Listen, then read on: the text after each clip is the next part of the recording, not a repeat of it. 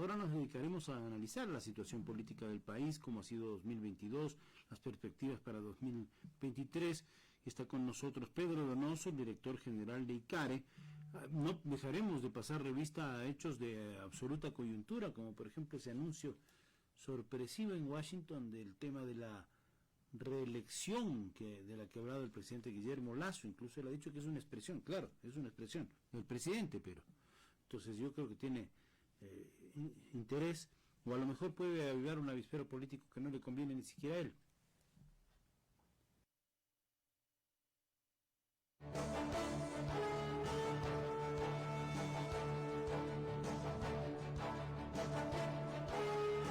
Y otro tema que ha tocado el presidente es, nos acaba de relatar Juan Carlos Vanegas, ¿no?, que hay aspirantes a narcotráfico en la política y en distintas plataformas multipartidistas.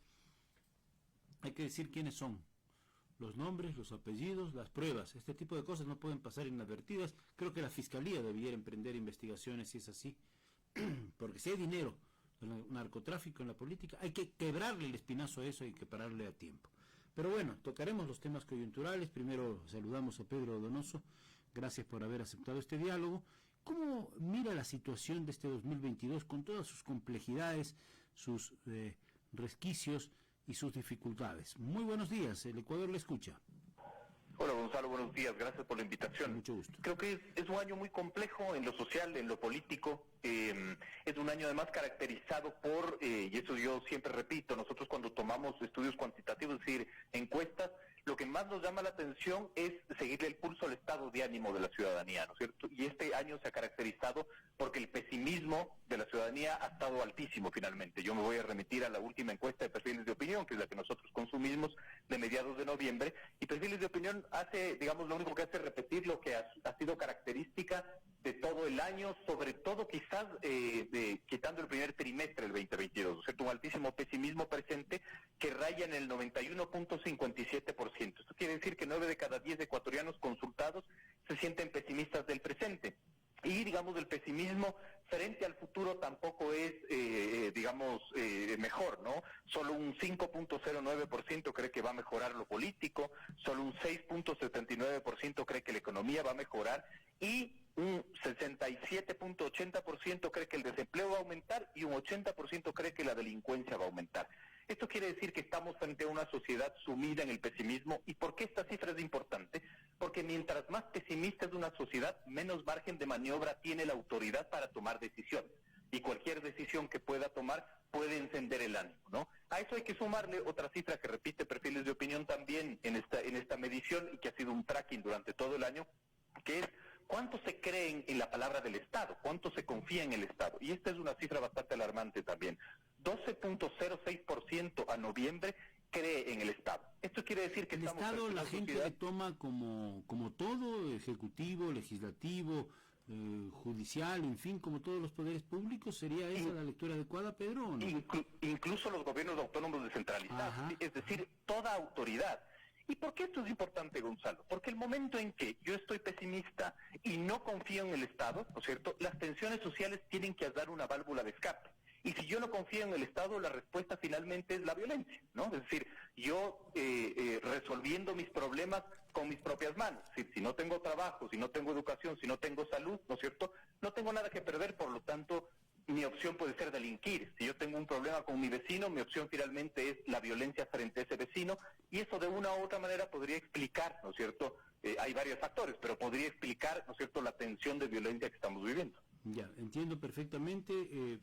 Yo no he visto la encuesta de perfiles de opinión, la verdad es que no nos ha hecho llegar, Paulina Recalde, últimos datos, pero si usted la tiene me la puede pasar, porque la verdad es que me gustaría verla y analizarla también para compartirla. Pero ya están los datos de una encuesta y es la que cita Pedro Donoso. Esa situación del país también tiene otros factores evidentes y claves. El factor gobernabilidad para el gobierno nunca fue un factor favorable, siempre le fue esquiva la gobernabilidad. Recordemos que cuando se posesiona el presidente Lasso, o cuando gana las elecciones el presidente Lasso, hace una primera alianza por la cual iban a estar juntos el correísmo, el Partido Social Cristiano, y creo que esa alianza se desbarata antes de elegir al señor legislador Kronfle como presidente de la Asamblea Nacional, y se crea otra alianza con Pachacuti, en fin, la que lleva a Guadalupe Llori a la presidencia de la Asamblea. La gobernabilidad tampoco fue cosa fácil durante todo ese tiempo. Luego vino de nuevo la recomposición de la Alianza UNES y Partido Social Cristiano para sacar a Llori de su curul, no de la curul, del puesto de presidenta de la legislatura. Guadalupe Llori está en su curul legislativa, ojo, es cierto, también ha habido intentos por sacarla, pero no han prosperado, y todos esos tiempos la gobernabilidad ha sido esquiva para el Ejecutivo. Tiene solamente un bloque de 12 legisladores de Creo frente a 137. Tiene el bloque del BAN, que yo digo se escribe con B grande, pero yo digo que van y vienen, porque en algunas cosas apoyan y en otras no. Entonces ese otro factor de gobernabilidad en un ente como el legislativo, que suele ser clave, tampoco ha sido favorable para el presidente, me parece, ¿no? Pero, digamos, yo siempre me gusta repetir esta frase que me parece que retrata lo que estamos viviendo, ¿no es cierto? Es una profunda entropía política porque nada está en su lugar. Y el problema cuando nada está en su lugar, ¿no es cierto?, es creer que así se va a quedar y no es así. Es decir, cuando nada está en su lugar, después de un tiempo, las aguas vuelven al cauce, ¿no es cierto? Eso es natural finalmente en los fenómenos políticos y sociales. Sin embargo, el gobierno, digamos, aquí la gran pregunta es: ¿la gobernabilidad es resultado de qué? Y en mi criterio es el resultado de una falta de operación política, porque si nosotros retrotraemos a lo que sucedió, ¿verdad? Guadalupe Llori es el producto de una buena operación política, ¿verdad? Pero además el vicepresidente de la Asamblea era un miembro de Creo, era un miembro del BAN, ¿no es cierto? Es decir, no de Creo porque fue electo por democracia, sí, el señor Saquicela. ¿Cómo? Fue por democracia, sí, pero se incorporó al BAN. O sea, estuvo dentro de la entente, digamos así, dentro del Congreso de la bancada que le apoyaba. Por eso digo que los del BAN van y vienen. Exactamente. Y eso de una u otra manera, ¿no es cierto?, es o falta de una operación política, o entender o transparentar cuáles son los acuerdos que aglutinan este tipo de, bloques, ¿no? No hay que olvidar también en la anterior legislatura, ¿no es cierto?, que habían otros bloques también que igual iban y venían, ¿verdad? Sí. Entonces, las mayorías móviles le dieron llamar en alguna vez para ponerles algún nombre así medio que suene bonito, pero eufemístico. Y después sumado a además de esta irresponsabilidad política que tienen algunos legisladores de autodenominarse independientes. En el Ecuador no hay legisladores independientes y no se puede seguir repitiendo eso porque los legisladores son votados por un partido político, ¿no? Irónicamente entonces, diríamos que todos lo son, pues porque hacen lo que les da la gana, perdón la expresión.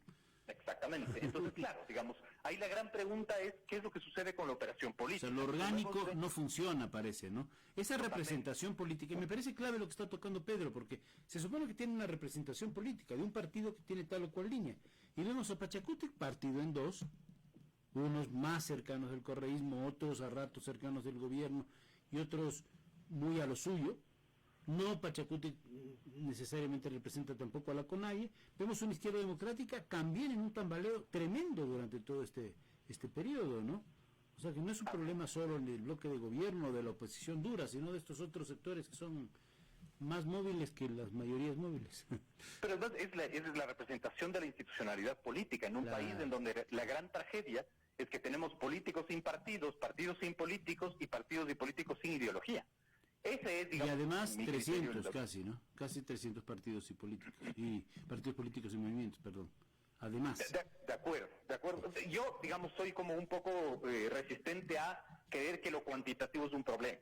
Es decir, yo no sé no, pero en esa magnitud sí es un problema, Pedro.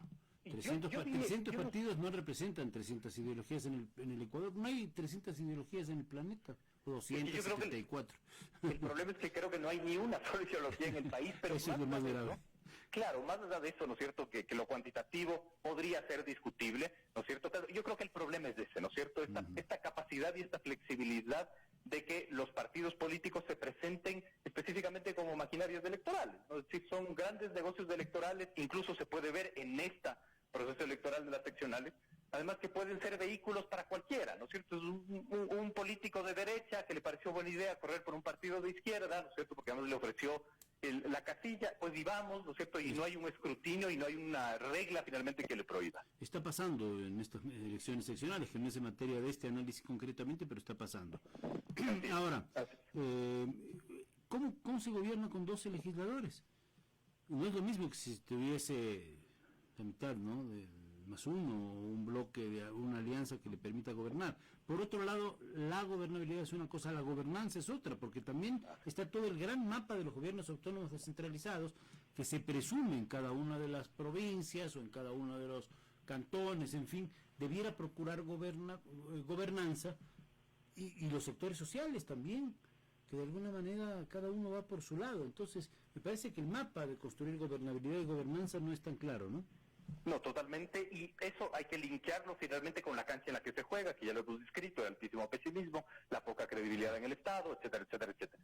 Pero claro, el tema ahí es, si hacemos un análisis un poco más deductivo, vamos a partir de que el Ecuador tiene 5 funciones del Estado, ¿no es cierto? Sí. Y ahorita la realidad es que 4 de esas funciones del Estado están en crisis internas y 4 en crisis de interfunciones. Eso profundiza, ¿no es cierto?, la desinstitucionalización y profundiza el golpe a la gobernabilidad. ¿Cómo finalmente enfrentarme, preguntaba usted, con un bloque tan pequeño? Y aquí hay que volver a esta gran discusión que se tenía, ¿no es cierto? Se repitió mucho que el Ecuador era un Estado hiperpresidencialista gracias a la Constitución de Montecristi. Entonces, de una u otra manera, hay que ver si es que ahora, en este nuevo modelo, ¿no es cierto?, el Ejecutivo tiene la libertad de gobernar, quizás no tanto con el legislativo. Y bueno, pero avisó hace un año, no sé si un año, no sé cuántos meses, el presidente Lasso que gobernaría por decreto si es que no caminaban los temas en el legislativo, pero no sé si lo ha hecho, ¿no? Imagínense, vamos casi un año y medio sin reglamento de la ley de tránsito, por ejemplo. Claro. ¿Eso qué tiene que ver con la Asamblea? Nada, ¿no? Entonces, se ha querido también construir este framing de que el Ejecutivo no puede hacer nada sin el Legislativo, un framing con el cual, digamos, yo no estoy de acuerdo, porque hay muchas cosas que puede hacer el Ejecutivo sin necesidad del Legislativo y que de una u otra manera no lo está haciendo. A mí me dificulta reconocer 5 políticas públicas del gobierno, por ejemplo, para resolver los graves problemas. Y volvamos a la encuesta de perfiles de opinión de mediados de noviembre. Es la primera vez en 15 años que yo reviso encuestas que veo que el problema se centra específicamente en una gran cantidad, ¿no es cierto?, de preocupaciones de la ciudadanía en un solo problema. El 59.86% nos dice que le preocupa la inseguridad. Eso ahorita es una obviedad, ¿no es cierto?, todo el mundo lo sabe, pero es la primera vez que tanta, ¿no es cierto?, porcentaje de la población consultada se concentra en una sola problemática. Sí, eso es muy importante, pero además la inseguridad ha estado en las encuestas presentes de usted, bueno, yo creo que por lo menos los últimos 30 años, pero en los 5 primeros lugares, nunca ocupando el primero, y esto sí casi sin temor a equivocarme en todas las encuestas que he visto. Así, y en esta magnitud. Y en esa magnitud, 10, finalmente, claro, ¿no? El 52. Ahora, con eso en realidad convivimos. Si el presidente quiere gobernar con decretos, puede hacerlo hasta donde le den los decretos y las normas jurídicas que lo sustenten. Si no, tendrá que imputarse también de acuerdo al sistema de derecho en la propia Corte Constitucional, que tiene también sus fisuras, sus vaivenes, todo lo que hemos visto.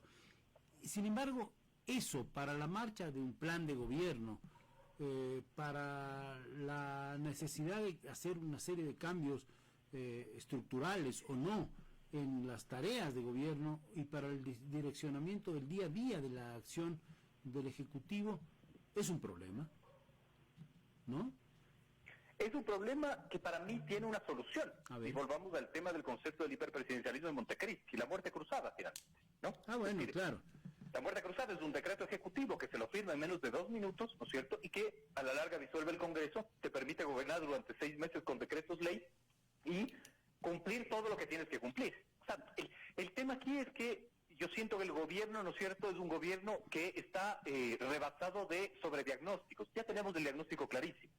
Si es que repite tanto que el legislativo no le permite gobernar, pues hay que tomar acciones. ¿Y esas acciones cuáles? Te lo da la Constitución de Montecristi. Yo le pregunto, Pedro, y esto claro es más de interpretación que de realidad, porque ninguno de nosotros ha visto si en el cajón existe el decreto de muerte cruzada solamente para ponerle fecha, como se ha dicho muchas veces. Ahí está. Es un instrumento que está en la Constitución. Yo creo que es un instrumento de última ratio, de última instancia, diría, porque también un gobierno que vaya a la muerte cruzada en las circunstancias actuales puede precipitarse, puede concluir incluso su mandato, porque a lo mejor la gente dice, bueno, vamos a la muerte cruzada, pero eso no quiere decir necesariamente que le reelijan al presidente, ni mucho menos. Entonces puede decir, perfecto, muerte cruzada, gobierno por decreto, lo que le permite a la Corte Constitucional, y después de eso, ¿qué? Unas elecciones presidenciales anticipadas, que casi sería la fórmula. No es exactamente elecciones anticipadas como ocurre en el parlamentarismo, pero sí elecciones como consecuencia de la muerte cruzada, que no necesariamente, desde mi punto de vista, le tendrían a Guillermo Lasso en la papeleta, ¿no? Totalmente de acuerdo. Sin embargo, se ha dicho mucho también de parte del gobierno, ¿no es cierto?, que este es un gobierno que va a tomar decisiones que pueden no ser populares, pero que buscan el bienestar del Ecuador. Entonces, ¿qué es a lo que yo voy? A lo que yo voy es que sí, construyes un silogismo, que es el legislativo no me deja gobernar, por lo tanto yo no puedo gobernar. Ya, pero es que también no le deja, la verdad. O sea, no es solamente un silogismo con una premisa falsa, ¿no? No le deja, bien, lo ha bloqueado y en la época del paro le clavaron en la facultad constitucional de un juicio y casi estuvieron a poquitos votos de destituirlo. Y ahora nuevamente correísmo con un partido social cristiano, una facción de Pachacuti y una facción de Izquierda Democrática, le vuelven a plantear el tema, algo que constitucionalmente no se puede, pero políticamente funciona para agitar el avispero, ¿no? ¿Qué es el juego democrático, pero? Es decir, esos 137 legisladores... ellos pueden decir lo que quieren, claro. Pero es que es el juego democrático, es decir, tanto Guillermo Lasso tiene legitimidad porque fue elegido en las urnas en un proceso transparente, como los legisladores. Ese es el juego democrático. Los 137, sea lo que sea, pero están ahí porque los votó la gente, tiene razón. Entonces hay que respetar la voluntad popular tanto para Lasso y tanto para los legisladores. Pero siempre en el marco legislativo, en el marco de las normas legales. Porque si bien es cierto, la Asamblea echó mano de esa posibilidad en los días difíciles del paro, pero ya está cerrada esa puerta. Y Lasso tiene la otra posibilidad que usted hablaba de la muerte cruzada. Ahora, todo esto si lo conectamos con dos hechos de estos días, o hechos, no sé si hechos o palabras, el presidente Lasso en Washington decir que sí, que la reelección está ahí, que si hacen las cosas bien lo pensaría. Al día siguiente dijo que era una expresión, bueno sí, es una expresión, pero de Guillermo Lasso, actor político y presidente. Y ayer ha dicho esto otro que le mencionaba en NTN, no vi la información, pero nos da la noticia hace un momento Ecuador Radio, que hay aspirantes a elección popular vinculados con el narcotráfico, y esto está atravesando varios partidos. Es gravísimo. Yo creo que esto pone en el mapa político otros elementos nuevos, que es la posibilidad de reelección presidencial, que va a ser, yo creo que va a ser necesariamente, no sé si esa fue la intención, motivo de debate en la campaña que se avecinan cuando sea de elecciones seccionales. O sea, va a contaminar el debate incluso de la consulta, me parece a mí, y que están ahí. O sea, no lo dijo un señor en la esquina, lo dijo Lasso en Washington, lo de la reelección, y lo dice en un medio grande, con gran eco a nivel latinoamericano, es que el que hay aspirantes a las elecciones, digamos, a dignidades que tienen vínculos con el narcotráfico. Y esto no estaba ni siquiera en mis ideas para preguntarle, pero surgió, y creo que vale la pena hacerlo, ¿no? Para que nos vaya dando sus opiniones Pedro Donoso, director de ICARI. A ver. Yo quiero un ratito nomás del elemento de la discusión anterior, ¿no es cierto? Entonces, para que nosotros no discutamos lo anterior, tiene que haber operación política. Es decir, digamos, hablábamos de la tensión ejecutivo-legislativo, ¿no es cierto? Sí. Y claro, los primeros días de mayo, ¿no es cierto?, del mayo del 2021, vimos que la operación política del gobierno logró poner a su presidenta de la Asamblea y logró poner a su vicepresidente de la Asamblea. Incluso tenían mayoría en el CAL y de una manera puso a los presidentes de comisiones claves que son, digamos, allegados al gobierno, ¿no? Entonces, para no tener esta gran discusión, ahí está la operación política, que yo creo que es una gran deuda del gobierno. Y lo segundo, que yo creo que además es bastante triste porque el presidente de la República, ¿no es cierto?, opta como vocero por hacer titulares en vez de las cifras que pueden posicionar una idea muy importante, la anécdota, ¿no? Entonces, es supremamente importante que la Casa Blanca se abra las puertas para recibir a un presidente ecuatoriano. Los logros que ayer comunicó la SECOM de esa visita son importantes, pero ¿en qué se queda? En el titular de la anécdota de la reelección, por ejemplo, ¿no? Pero eso es un error de visión, ¿no? Es un error de vocería, diría yo. Es un error de... Pero el problema es que el portavoz es el presidente, pues que donde los otros portavoces no, por lo menos en la parte política no aparecen. Totalmente, ¿no? Totalmente, pero no creo que... Y en la comunicación tampoco, ¿eh? Ojo. O eso no es deliberado, entonces. No creo que es solamente un error, digamos, quizás de visión política, sino de indisciplina, de vocería, de creer que, ¿no es cierto?, uno puede, siendo vocero, decir cualquier cosa, y esa cualquier cosa pasará nomás, digamos... ¿Pero por eso preguntó, es deliberado? No lo sé, es bastante torpe, pero... No sé si yo no puedo adivinar claramente cuál será la intención, pero creo que es bastante torpe. ¿Y por qué? Porque ese titular, ¿no es cierto?, que lleva todas las reflexiones, que más se come todos los demás de las cosas positivas que podría haber tenido la recolección de los datos de la visita. Exactamente. Bueno, eso es nítido. Ahora, el presidente también durante varias ocasiones ha mencionado de los operadores políticos, y me parece que hay la idea de que el operador político es un señor con un maletín con billetes para comprar votos en el Congreso. Eso que ha ocurrido en la historia del país, tampoco vamos a taparlo. Se llevó también la atención del debate político, porque los operadores políticos son necesarios para hacer acuerdos, para hacer alianzas, para decir, oye, este bloque se me ha opuesto en esto, no están de acuerdo, qué sé yo, voy a poner cualquier ejemplo, con la ley de inversión, pero a lo mejor sí convencemos a una ley de Pachacuti que la inversión en tal o cual situación es necesaria y va a crear fuentes de trabajo. Pero esa es la operación política a la que sí, yo me refiero, hace falta y ha habido carencia. No ir a comprar votos, no ir a hacer acuerdos, sino hacer un diálogo político de verdad, donde muchas veces le van a decir que no, pues el Ejecutivo, sí, ese es el libre juego de la democracia. Ahí me parece que hay un problema de falta de olfato. Y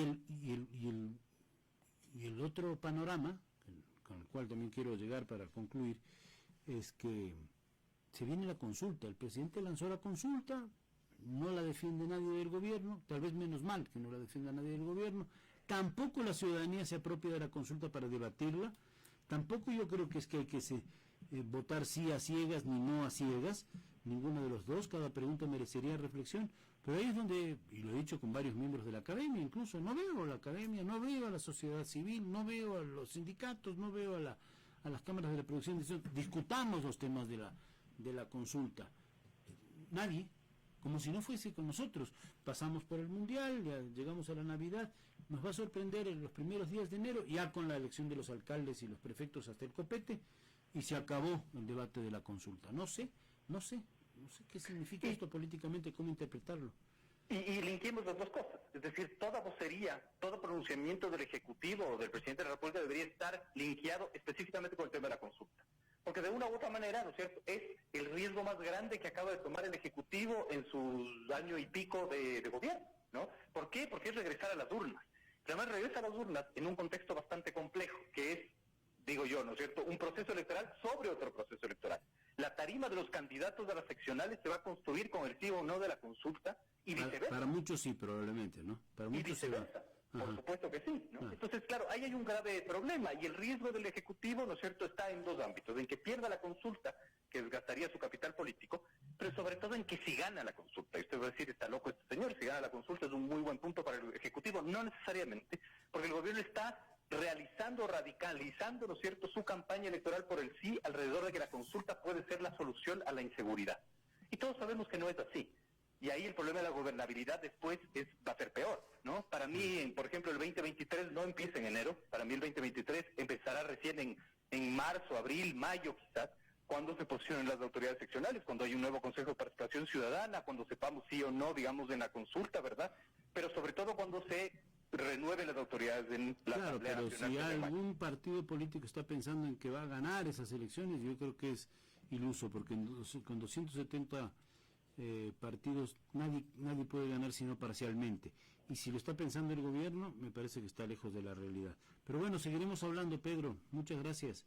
Encantado, muchísimas gracias. Un saludo cordial. Pedro Donoso, director general del ICARE. Vamos a